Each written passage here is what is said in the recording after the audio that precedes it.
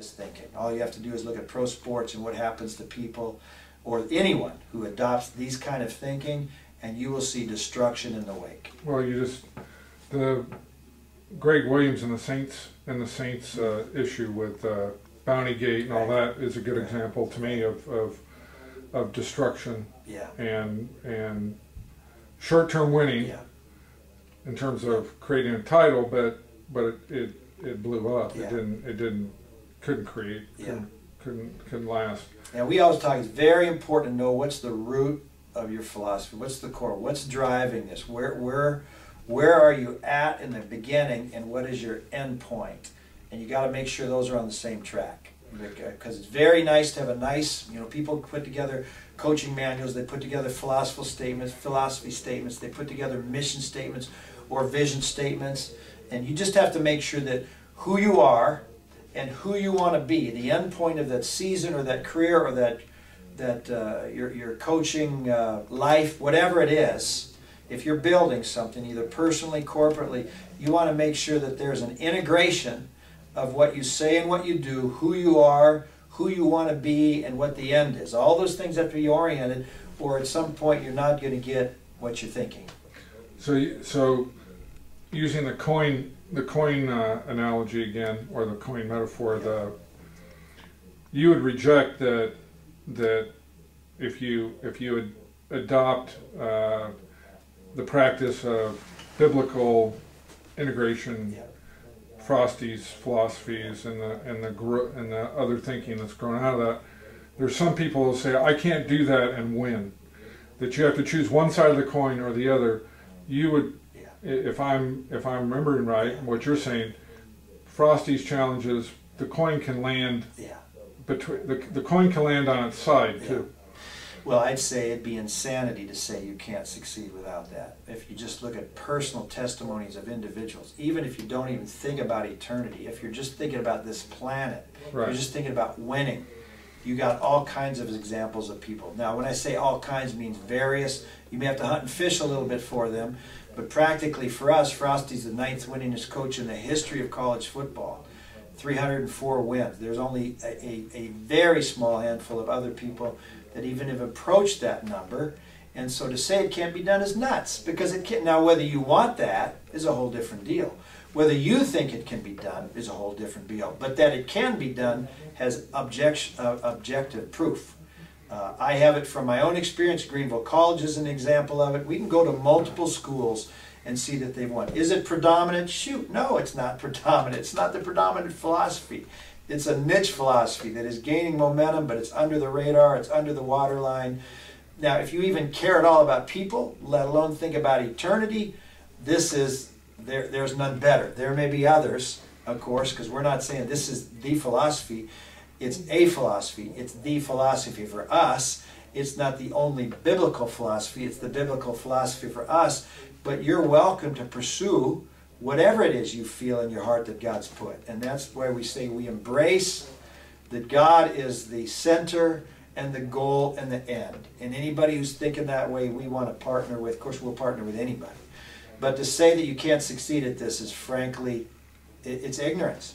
Doesn't mean stupid. It just means there's a lack of knowledge of what's out there and what's been happening. Right. I mean, we have enough between Coach Westery and Frosty's and his disciples. And then Frosty went and won a Division III national championship towards the end of his career there against a very powerful team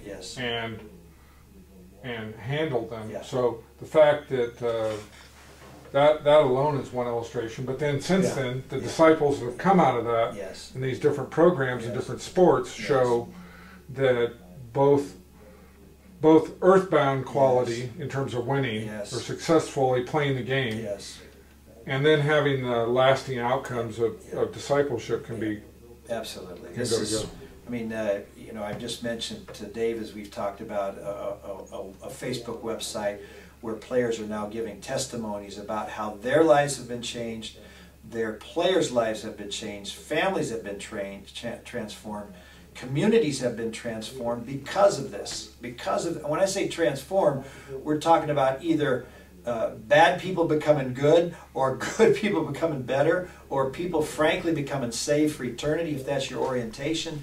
This is the end product of this. The field translates into whole spectrum life change.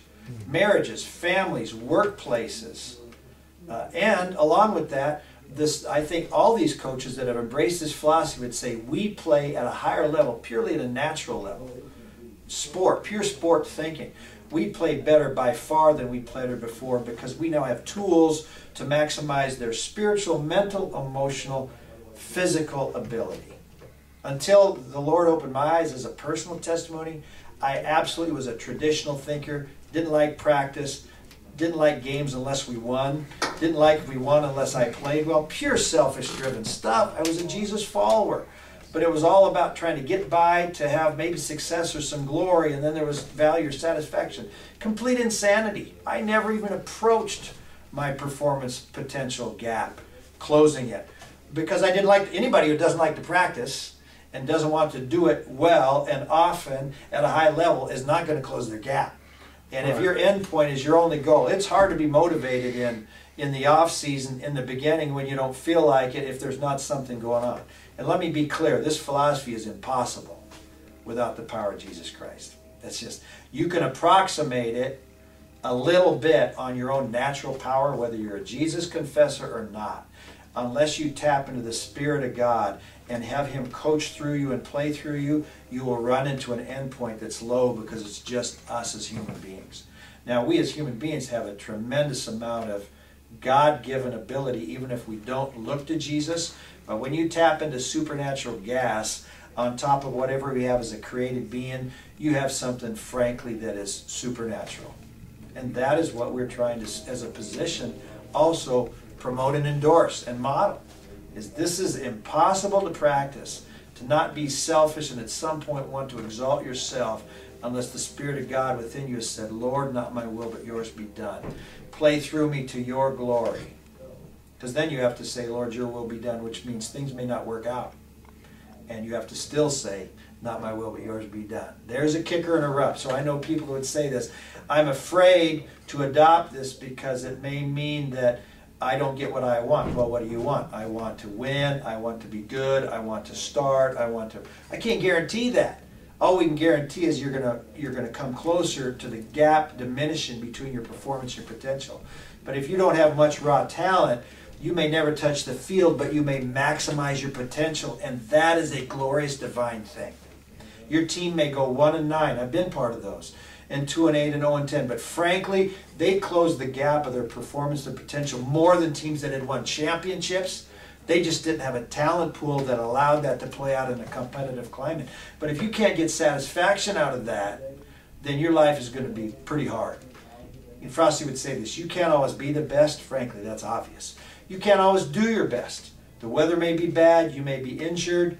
You may have emotionally, mentally may not be there that given day. But you can always give it your best shot. And we're talking about giving our best shot every moment of every day in life, in practice, in game, in off-season, and in-season. This is about maximizing ability by the power of God, for the glory of God, according to the Word of God, in everything. In which case, you become somebody different than you were when you were doing it on your own power. It's a holy thing. It very much is a holy thing, and that's how we view it. Oh, I think that's a great. I think you touched on a great summary of what the outcome is. We want there is we're looking for is to how to use sport as a transformational agent, but then to help these young people create a way of living that carries forth. Yep. That and in our world, of course, it is Christ-like. Yeah. It is Christian. That's right. And Yep. and that's great. Well, we always said, here's a line that they even use. I don't know if they use it here anymore, but we tried to absorb it. I know it came from PLU. Use Greenville as an example. Greenville College football is not something you do; it's someone you become. right. This is about the transformation of individuals, life on life, reproducing through the end of their lifetimes. The impact is supernatural. And again, all you have to do is look at the testimonies of people that have coached under, coached with, played under, played with this philosophy, and you'll frankly find people that have poured their life into reproducing this because their life was changed. I am a testimony of that. Well, thanks so much for on this